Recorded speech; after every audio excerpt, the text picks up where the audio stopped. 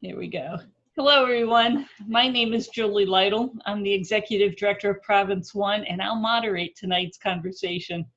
Deacons Talking on the Road to Emmaus is a web-based series that we've designed as a way for deacons to walk with each other and share stories in the hope of animating, supporting, and renewing all sorts of many ministries, particularly those of the deacons.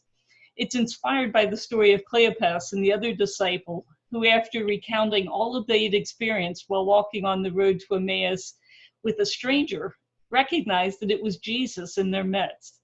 Jesus' presence led them to release their fear and grief and to turn to Jerusalem to share their experience of the resurrected Christ with the gathered community and to renew their ministry with confidence. We hope that this program helps to inspire you with yours. The program is sponsored by the New England Deacons Network and the Episcopal Province of New England. These free live interactive conferences occur monthly at 7 o'clock on the third Thursday of each month. It features stories of deacons and gives everyone a chance to offer pure wisdom and feedback. So we'll look forward to hearing your commentary as we get toward the end. This month's presentation on Faith Behind and Beyond Walls is being offered by Deacon Ellen Adams and some of her friends that she'll introduce. It's being recorded and will be available on the Province 1 website, province1.org. I'll facilitate the conversation and encourage you to put any comments or questions into the chat. You can find the chat by putting your cursor over the bottom of the screen and clicking on the button that says chat. Ellen, would you mind offering us an opening prayer and then tell us about yourself and your friends and your ministry? Okay. This is for prisons and correctional institutions, and it's from the prayer book. Lord Jesus, for our sake, you were condemned as a criminal. Visit our jails and prisons with your pity and judgment. Remember all prisoners and bring the guilty to repentance and amendment of life according to your will, and give them hope for their future. When any are held unjustly, bring them release. Forgive us and teach us to improve our justice. Remember those who work in these institutions, keep them human and compassionate, and save them from becoming brutal or callous. And since what we do for those in prison, O Lord, we do for you, constrain us to improve their lot. All this we ask for your mercy's sake. Amen. Amen. So, Faith Behind Bars and Beyond used to be just Faith Behind Bars. But about 10 years ago, we realized that we were spending a lot of time on reentry work. And so we added the and beyond to it to reflect the reentry work that we do. It was a committee of the Diocese of Connecticut, and now it is a network of the Episcopal Church in Connecticut, because that was a change that happened here in Connecticut. So we are an interface, even though we are the network of the Episcopal Church. We have many members that are not Episcopalians, and we believe strong in interfaith work. And so, for instance, Valentine is not an Episcopalian, but she is part of our Faith Behind Bars and Beyond steering committee that works very hard. So mostly we do educational work. So we have a forum that we do every spring, and we choose some thing that is important going on in society that has to do with criminal justice, and we focus on that. So 88% of people in prison in Connecticut self-identify as addicts. And so we did one on addiction, and we did one on reentry, and we did one mental illness, because we were working for a diversion now there is a diversion group that, and when someone goes to trial and has a mental illness, instead of being sent to prison, they're diverted into receiving treatment. So all of those things are part of what we do. We try to educate around those issues. We also bring together people who work in the prison or do reentry work. Valentine is going to talk about one of those programs that we do in prison. So Valentine? Oh, sure. Yeah. You want me to go next? Yes. Okay. Well, I'm going to talk about the Alternatives to Violence project, which is a Quaker-originated program. It began about 45 years, maybe almost 50 now, ago in the Hudson Valley in a prison there, and has since spread. It's not officially a Quaker program now. It has a lot of Quaker participants and any number of non-Quaker participants. And it is done now both in prisons and in the community. It's in over 30 states and over 50 countries. And the way it works is that the heart of the program is the 3 workshops, the basic, the advanced, and the training for facilitators. And each of them is about 20 hours long, usually goes over a whole weekend. But it has to be that many hours, but it doesn't have to be a weekend. It's whatever works for the people. And during that time, there's a team of facilitators who works with the participants on a collection of guided experiences, brainstorms, exercises, the occasional totally silly game just to get the energy back up, discussions, and at the end of it, people have tried things that they never tried before because, well, some people don't realize that there are other things to do when conflict comes up besides be violent. One of our sayings is, conflict is inevitable, violence doesn't have to be. And it is very deep. Even the basic is very deep, and the advanced goes more so. And people will say at the end, I feel as if I wasn't in prison for a weekend. I feel as if I had a vacation. And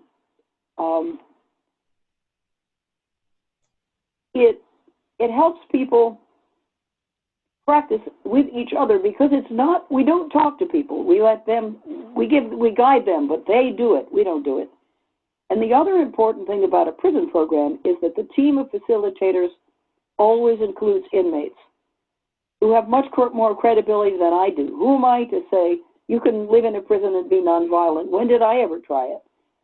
But they can't hide. My teammates who say, you can be nonviolent, if they were violent, everybody would know because a prison is a small community. So they bring the credibility. They could run a workshop perfectly well by themselves, except the DOC won't let them. So I have to be in the room and at least breathing, or one outside person has to be. Typically, a team is 2 outside facilitators and 2 to 4 inside ones. And people tell stories that they've never told anyone else because we make confidentiality a guarantee from the start. I've occasionally seen men break down and sob. And even though in a prison, generally, I'm told, you must absolutely never show any sign of weakness, in a workshop, the group is warm and supportive, and it's perfectly safe. So we teach people techniques, things like, I'm sure you know, I statements. Those are used by many organizations. Ways of communicating. The idea that communication is more important than violence. It's more useful. It costs a lot less, not so much in money as in life experience. That it pays to take a minute to think before you react. I can sometimes ask the room, how many of you would not be here if you had taken a minute to think? And a lot of hands go up. Someone I know once asked the room, how many of you would not be here if you hadn't had a gun? A lot of hands went up. So I love doing these workshops. I just did one last weekend in McDougall Prison in Suffield, Connecticut, which is mostly where I facilitate, but I've been in several other Connecticut prisons and Attica and Sing Sing in New York. And it is a joy to me. I don't do it because it's a duty. I do it because it fills me with happiness. I love to see the opening. I would like to see the masks drop.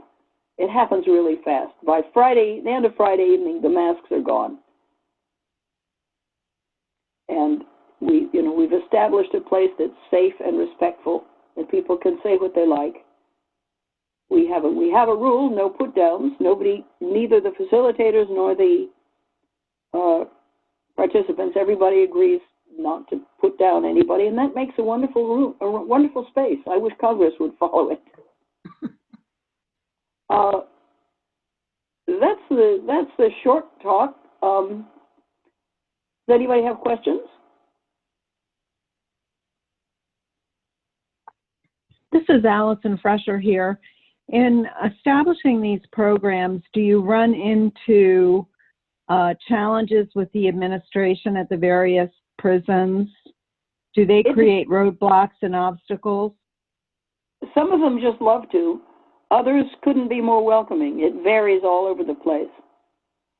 One of our newest programs is at Cheshire, and they invited us in, and they couldn't be more accommodating. Others say, so that we've always done it this way, even if they only started doing it last week. Whatever they are doing this week is they've always done, and it's very frustrating. So it just depends on who's in charge, or it depends on who you're talking to at the moment. Any tricks or secrets in terms of overcoming the obstacles that you encounter?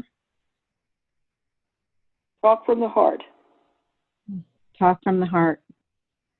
Okay, thanks.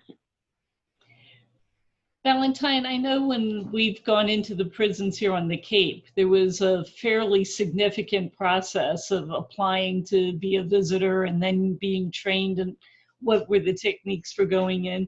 Is that common across different prisons? Are there things that you can give us as tips if we want to go in and be supportive? It varies, certainly state to state and within a state prison to prison. York makes it especially difficult. I mostly know about Connecticut, but I've been through the process in New York, which is much more complicated than the one in Connecticut.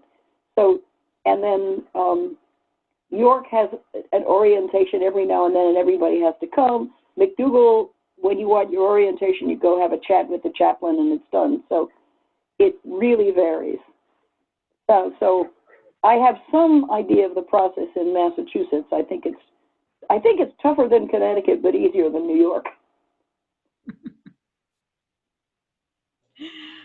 So there are 20 different prisons in Connecticut, and so there are 20 different people that you have to go through. There is a volunteer coordinator for the whole state. There is, but mostly that's Calmafret, but mostly you go through the prison, and I'm speaking for Connecticut. It could be different in another state. You have to first send in an application, which is easy. You could do it from home, and they check you out. And basically, if you if you aren't on parole anymore, then you're okay. If you have been on parole, in theory, you have to have been out for 5 years. In practice, it's whatever the warden decides. There are a couple of released guys that I'm trying to get in at the moment, and I'd love to have them come in as facilitators. So you have to go through the security clearance, and once you've done that, it's good for the whole state. And I think that's typical for states, though I am not sure. It's true for New York. And then In Connecticut, you have to go through an orientation at any prison where you want to volunteer. In New York, you have to watch a truly tedious orientation video every 2 years, and that's good for the state. So those are two very different approaches, and I'm sure there are 48 more. But you have to jump through their hoops. Yeah. But mostly, once you've done it, you don't have to keep doing it, except for New York's video. Oh, federal, you have to watch, for federal prison, you have to watch a tedious video every year. David's asking, do you work with women? And I know that there's different prisons, some that are co-ed, some that are men only, some that are women only, some that are federal, some that are state. What kind of differences do you have? And are there differences between the genders in the way the programs are being offered? Well, I've never heard of a co-ed prison. There may be one. In Connecticut, we are in York, the women's prison, and 4 men's prisons. In New York, they're in Bedford Hills and Albion, I think. Oh, and Taconic. So it can be in women's prisons. I've done a little in women's prisons. I mostly don't do York because it's too far away. McDougal is half-hour drive. But there are differences. The women are much more ready to be emotionally open. So they get to in 20 minutes, which will take the guys a couple of hours. Or overnight, maybe. And the women are also much more open about their own relationships with each other. I never see that with the men. But generally, the process works very well. The only requirement, I think, is human beings. I've never heard of it being done with goats.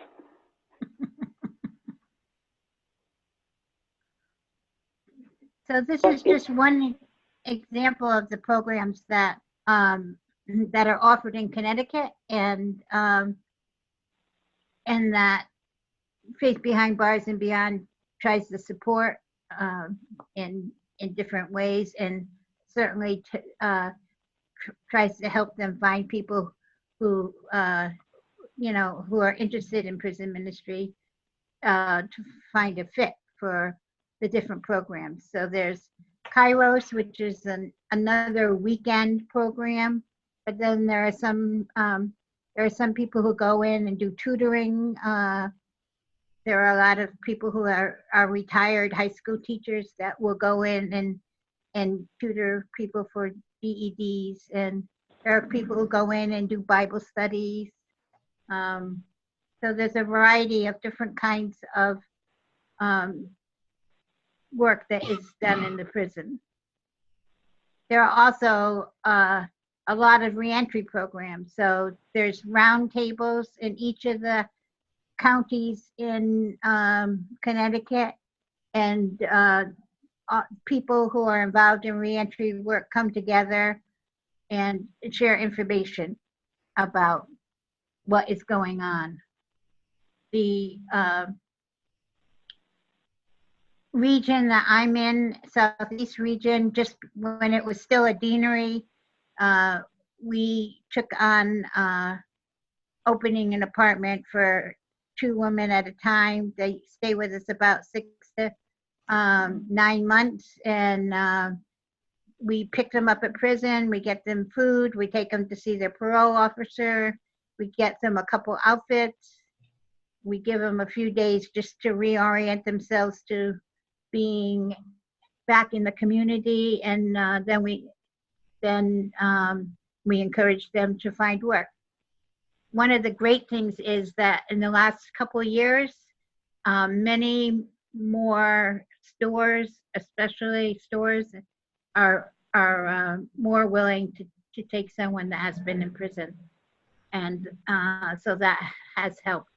The women have not had as hard a time getting jobs as they used to. Yes, I participated in the roundtable for, I'm talking reentry now, not AVP, and there are quite a lot of people who have heard that returned citizens, we like to call them, make very good employees. What are you finding are some of the deepest challenges for folks, whether they're in prison or transitioning back into the rest of society? So one of the things we try to do is in reentry is to try to have them go to a different area than they live, because a lot of times if they go back to where their friends or family live, they get back into the same mindset that they were in, and they're more apt to go back to taking drugs or go back to writing bad checks, because that is the way they have solved their problems before.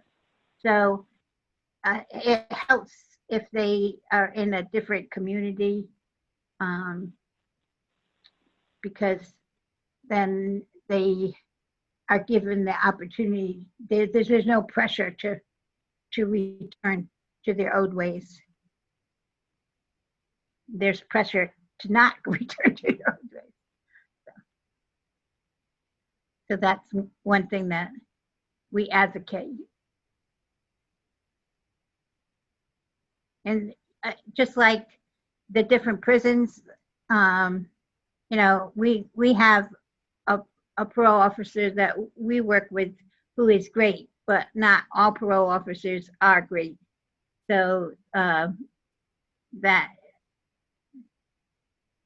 is the luck of the draw. We're just lucky that we have someone that is very good. So I see a question about housing. We do not share where our house is with the general community because we do not want the neighbors complaining. So we just say the general area that we're in when we are raising money and things. We say we're in the New London area, and so far we haven't had any problems with the housing. We have 2 apartments now, and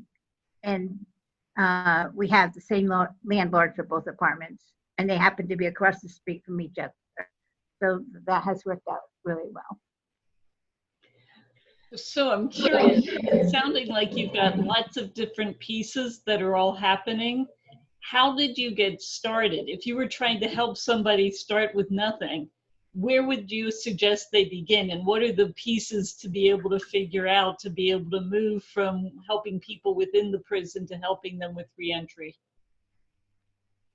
So we were lucky that we had mentors. We had a group that was already existed that we knew about, and we had supported financially. And so it turns out that they were all in their 80s. They were Roman Catholics in their 80s, and they worked with us for a year, and then they turned it over to us. Theirs over to us. That's how we got the second apartment, was that they retired and turned it all over to us once we knew what we were doing. I don't know if we'll ever know what we're doing, but we know something about what we're doing. And these roundtables are very helpful because they really, people from all the different pieces. Transportation is, I don't know about in Hartford where Valentine is, but transportation is really an issue in southeastern Connecticut. And we do have a bus, but it takes like 2 hours to get, 10 miles sometimes. So that is a big issue. And they really transportation is probably better in Hartford than in smaller cities, but it's not very good. Every single bus route goes through downtown. So if you want to get from one end of Woodland Street to the other, you have to go into downtown and out again. But we do also have something that's quite new. It's just over a year old, I think, a welcome center. It's in City Hall, and it's for anybody. It was designed originally to be people who are at end of sentence, no longer on parole or probation, but it turned out that there very few such people came by, and a lot of people are on parole, so I think it's open to them now also. But there they help you with the people you want to get in touch with for housing or employment or travel, or, you know, and if you're out in the community, you're probably either have an apartment or you have friends or family you're staying with. But the people at the Welcome Center are there to help, and anyone can walk in.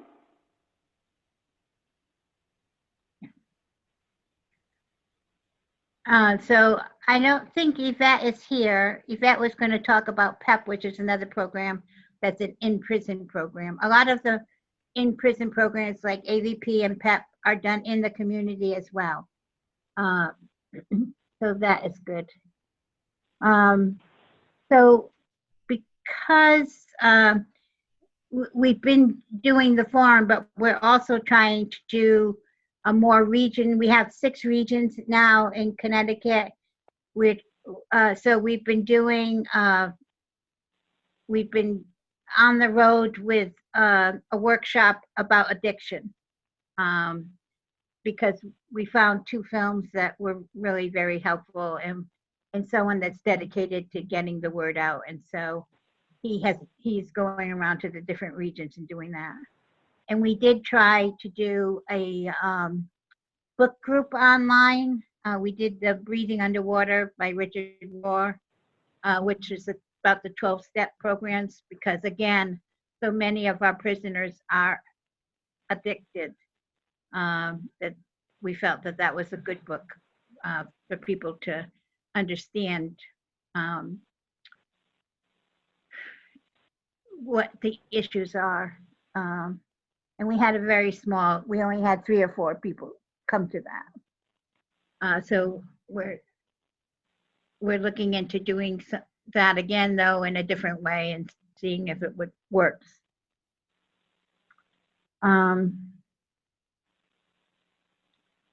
That's on November 10th.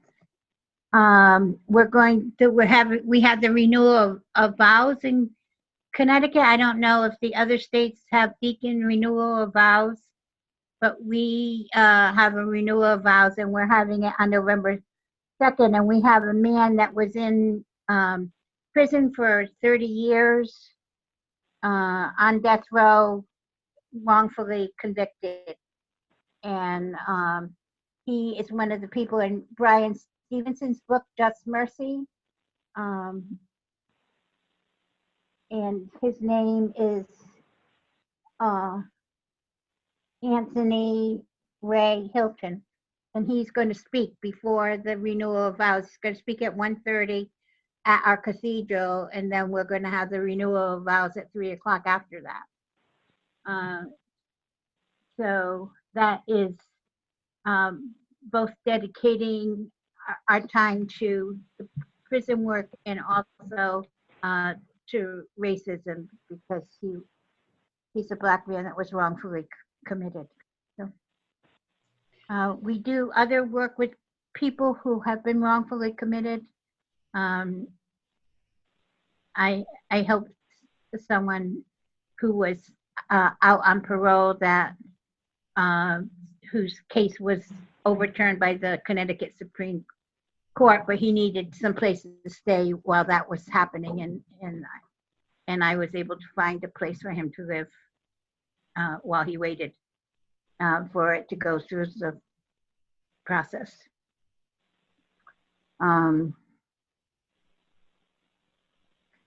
So David's asking, when is he coming to the cathedral? Could you say that again? On November 10th. November 10th at Christ Church Cathedral in Hartford, right on Main Street at 1:30 on November 10th.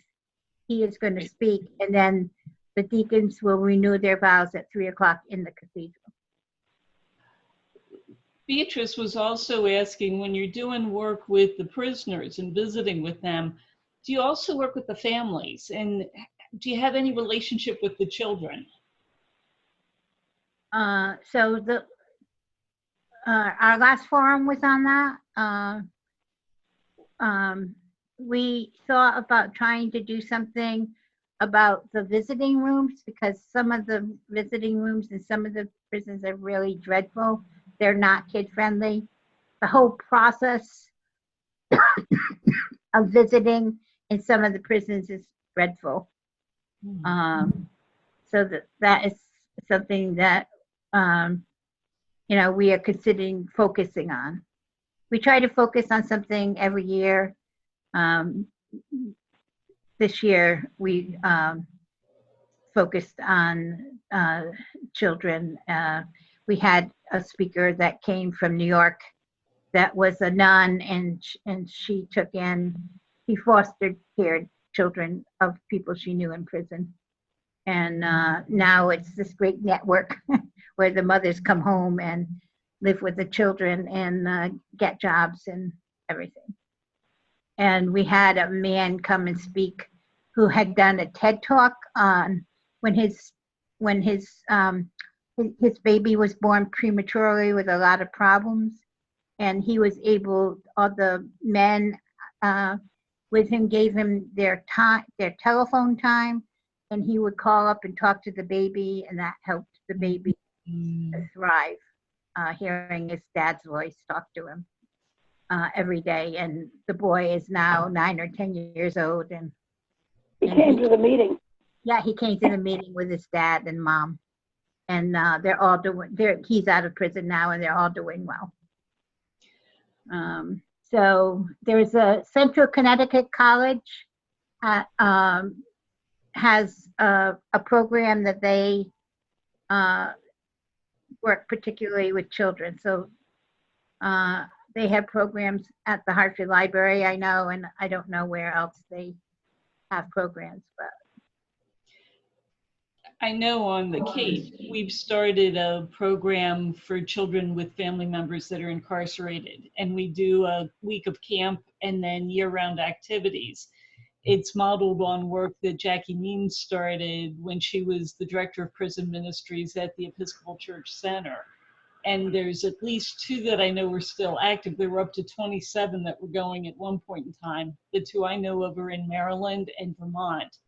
If anyone knows of anything like that to support families, please feel free to add that to the chat box, and we can share those resources with each other. Yeah. So one of the reasons I wanted to do this tonight was to see what other people knew about happening in their states, and to see if there were other programs that we might highlight, either, to have a webinar maybe monthly in Connecticut, and then invite people from other states to tell about programs that they're involved in. So, Caroline, do you want to turn your microphone on? Maybe you can interact with Ellen and ask the question you've got in the chat box about the Canadian experience.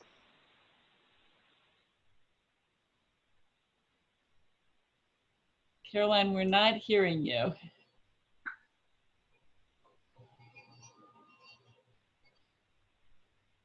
Yeah, I can hear her very faintly.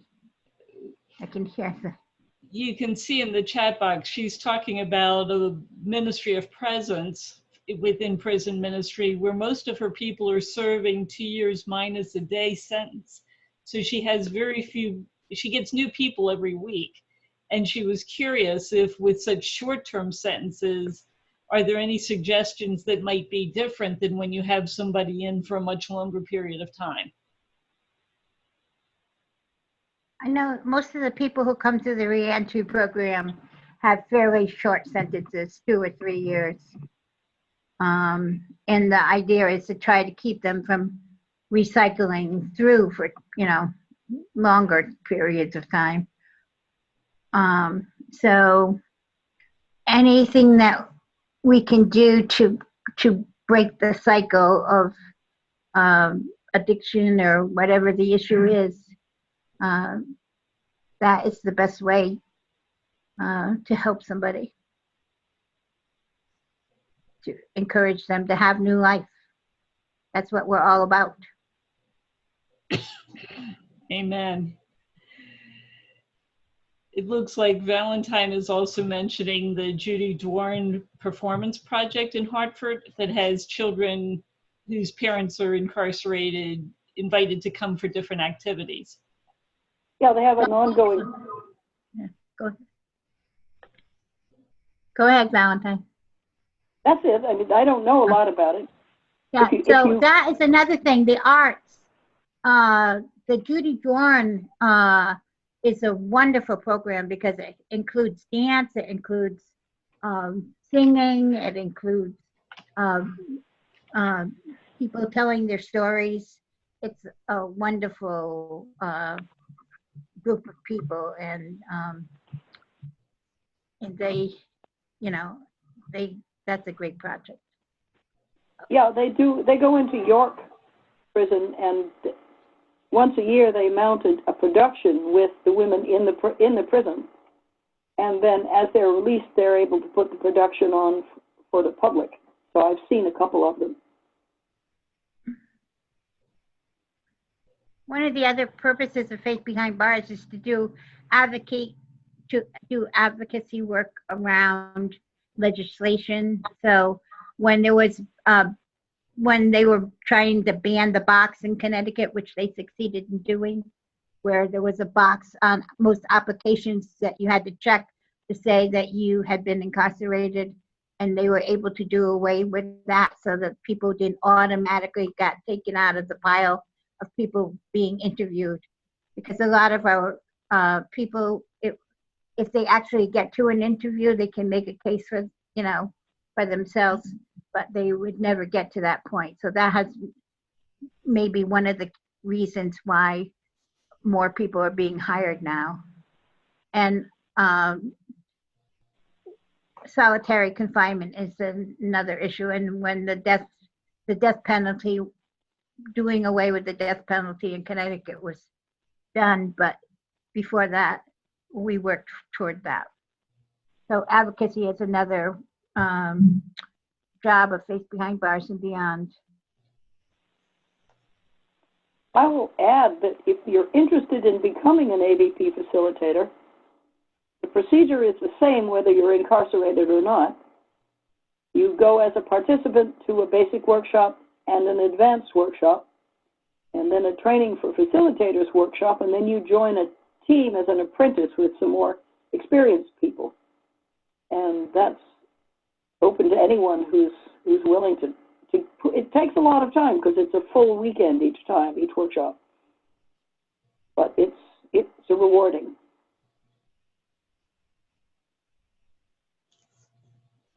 So does anyone else have experience with prison ministry or reentry work that they would like to share?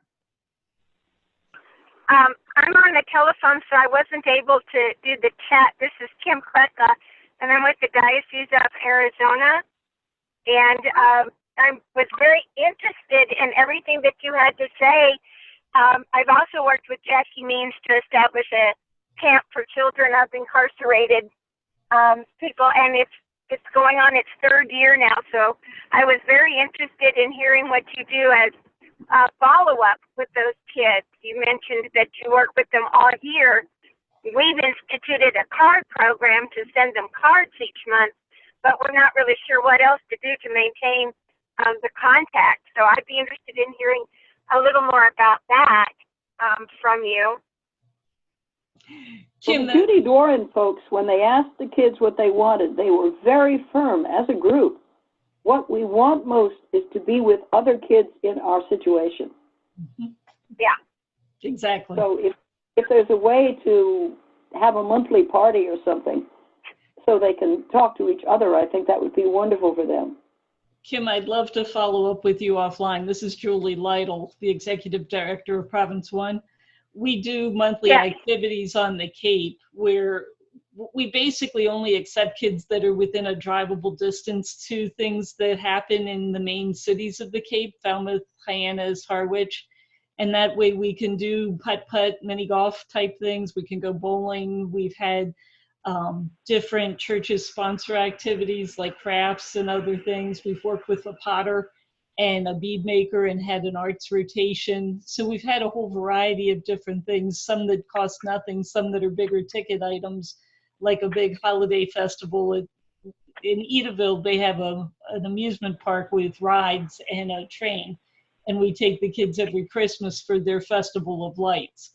So there's a wide variety of activities that are for the whole family, and it's been a great benefit to get to know who's on the outside and what kind of supports they need. And as they're getting to know each other, we're finding the grandmothers and grandfathers are talking to each other, and the guardians that are fostering kids are talking to each other and offering mutual support that way, as well as the kids to each other. Those are great ideas, and we'll see what we can implement here. Being we have kids that are coming from all over our state, but the majority of them do come from the Phoenix area, so we might be able to do something with those who are local to Phoenix. And I had one more question, if it's possible. Can I ask one more question? Sure. I'm hoping to be able to establish an inmate families association loosely based on the Texas Inmate Families Association, which has been so successful in getting legislative change made to assist those incarcerated as well as their families. So I was just wondering if there's anything like an Inmate Families Association in your province, if any of the states there have that kind of an association, so that I can kind of go and Google and research that as we begin the process next year of setting one up here in Arizona. I've not heard about anything like that in Connecticut. There are groups that are advocacy groups, but not, as far as I know, not inmate families. There used to be one in Bridgeport, but it seems to have dissolved. I think it was called Families in Crisis. Okay. Okay. Well, thank you very much for that input. I was afraid that might be the answer, but I thought it was worth asking. Yeah. It's good to know that one exists in Texas and that you'll be starting one that maybe we can learn from as well. Yes, I'm hoping. It's going to probably be a 2-year process, so I'm not looking for. Oops, I'm driving and somebody just cut me off. Sorry. I'm not looking for any kind of a fast,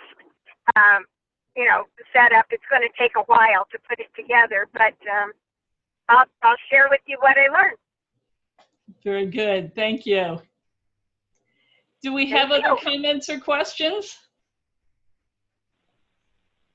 It's Allison Fresher. I'll just jump in quickly to talk a little bit about A Sacred Place, which is a not-for-profit that I work through in Niantic, Connecticut, and does work primarily at York Correctional Institution.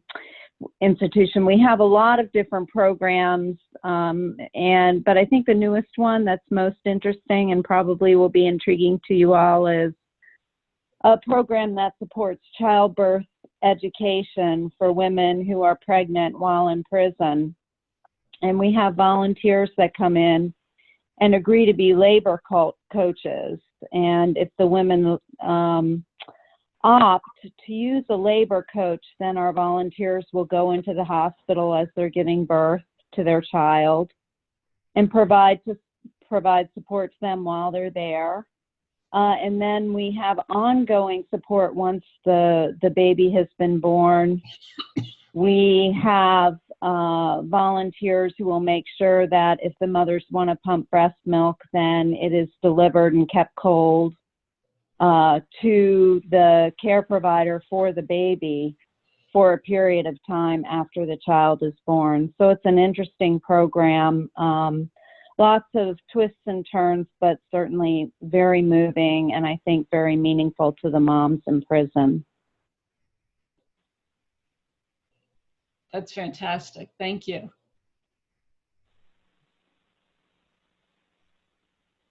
Ellen, do you all find very often situations where people that are incarcerated are pregnant or in the midst of having babies and needing extra supports? Yes. Yes. Yep. What kinds of things should we be thinking about if we're working with that kind of a population? So I don't think that like family members are allowed to coach them. So having somebody there when they give birth is a wonderful gift. So I'm very thankful that Sacred Place has taken that on. It's interesting, Ellen, in Connecticut, I think, what was it, it was up until a year ago that women, when they were giving birth, were chained to the bed. Yeah. I think it was just literally a year ago that Yeah. our prior governor, Malloy, said that was inhumane treatment. I think it was longer ago than that, because I remember asking a question about that several years ago and being told that they weren't doing it. Of course, that Yeah. person Well, not have been telling the truth. it might depend on who the woman is and whether they thought. I don't know. No one that ever gave birth would think that they were going to get up and run away when they were giving birth. Or let alone to try to give birth while chained to a bed. Right. That's something almost, you can't even Right. imagine it. Yeah. Caroline's Does- writing again, and I'm curious if she's able to speak with us. She thinks she fixed her microphone. Can you tell us about the Canadian context? Sure. Can you hear me now? We can. Okay. So we have these strict rules. I work in the provincial context, so this is, I guess, state versus federal. And we have these rules that if you work within the walls of the prison, if you do ministry inside, you can't also do ministry outside. And so for people transitioning, you can only be with them while they're inside. You can't also be with them when they're outside. Do you have anything similar in any of the states that are represented here? And if so, how do you overcome those hurdles when people need connections on the outside? I This can, is Kim from. Go ahead. This is Kim from Arizona. That is exactly the same problem that we have in Arizona. We established the relationships on the inside that we cannot continue on the outside unless we give up our volunteer badges. So it's very difficult. AVP New York has dealt with this problem in an interesting way. They have more structure and money than most AVPs, so they have an administrator, and they give the address of the AVP New York office to everybody who does a workshop. And when you get out, you can write a letter to the AVP office, because it is permitted, and I think this is fairly common, to have official AVP communication, and also even if there's an AVP event outside the prison that released people and volunteers can both go. They can't go out to dinner afterwards, but they can go to the event. So people write to the office, and then the person in the office, Shirley, puts them in touch with whoever's doing AVP where they're living now, which is kind of not quite sanctioned, but not quite brutally punished either. But the office is useful intermediary. Okay, thanks. One of the other great programs that we had in Connecticut was a storybook project where the parents would read a book to their child, and then the child would be given the tape of their parent reading the book, and so that they could listen to their parent read the story at bedtime. So that's another great idea.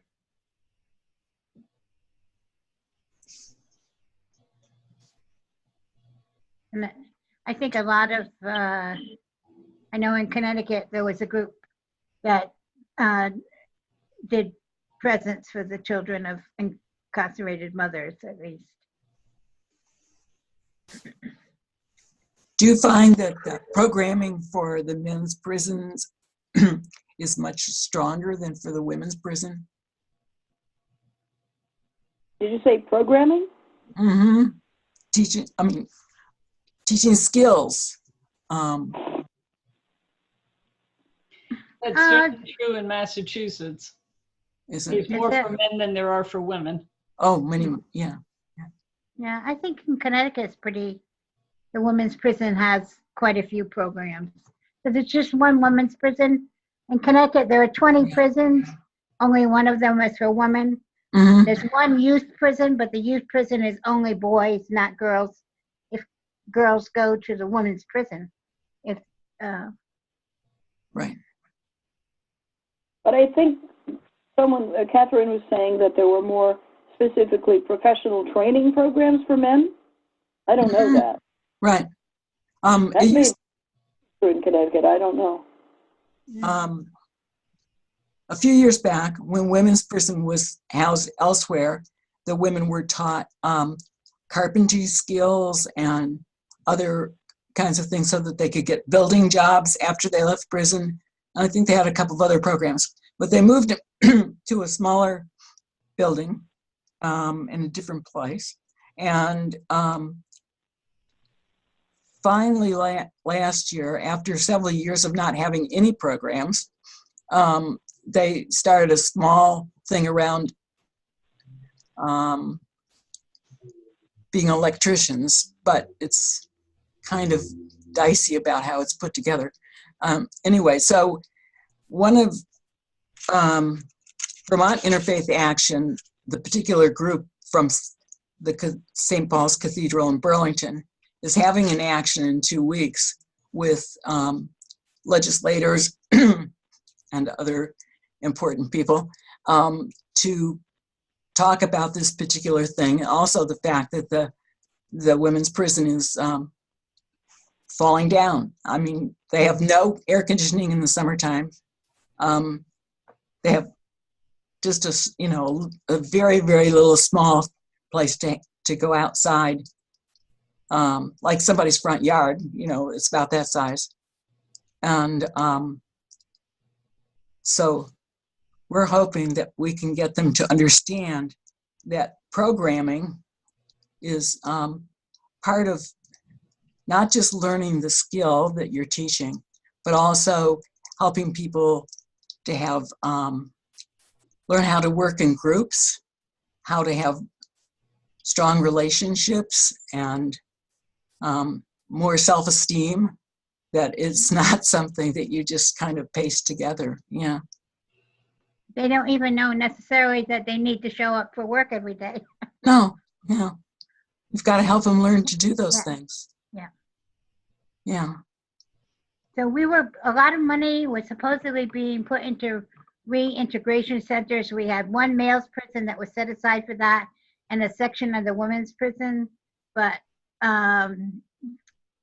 they ran out of funds, I guess, to actually do much with the women and with the men either. So we're still waiting for that to be realized. It's a great concept and a great idea, but it's not being made into reality yet. Right. They can't understand that would save them more money in the long run if they would do things like that. You'd think it would be obvious. You think. Yeah. What other questions or comments do we have from the crowd?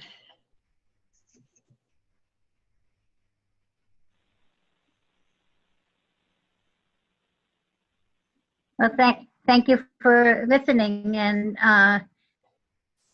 do get in touch if you're interested in having any kind of Province 1 prison ministry connection. Okay. I want to say thank you too for everyone being a part of tonight's conversation, to Ellen and to Valentine, as well as to each of you as participants. It's a very important conversation, and I hope that we find ways to continue. There's certainly more than we could cover in this hour. Mm-hmm. Hopefully we can be able to explore and converse and have other actions that we can share. There's always the Province 1 website where you can see the videos of tonight's program, as well as interact with each other through email, through this office, the executive.director@province1.org. As I mentioned, the Province One website will have this video along with all of the others. It's under the section noted as ministry, and there's a diaconal ministry section with a collection of a video archive. That's where you can find these. I'd also like to invite you to join us again next month. On November 21st, we'll have Fina Borgensen, who's a faculty member in the Deacon School in California. She's going to be looking at the food ecology system and ways in which we can empower and support one another in using our hands and being embodied in making food and sharing that as a resource. To close tonight, I'd like to offer the Franciscan blessing. So if you'll join me in a moment of silence, and then I'll pray it with you. May God bless us with discomfort at easy answers, half-truths, and superficial relationships, so that we may live deep within our hearts. May God bless us with anger at injustice, oppression, and exploitation of people, so that we can work for justice, freedom, and peace.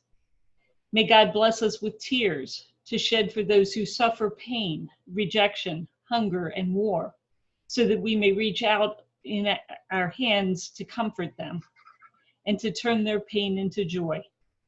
And may God bless us with enough foolishness to believe that we can really make a difference in this world, so that we can do what others claim cannot be done, bringing justice and kindness to all our children and to the poor. We offer this all in Christ's name. Amen. Amen. Thank Good you night, all everyone. again. Thank you. Good night. Night. Thank you, Good night. Valerie. Thanks.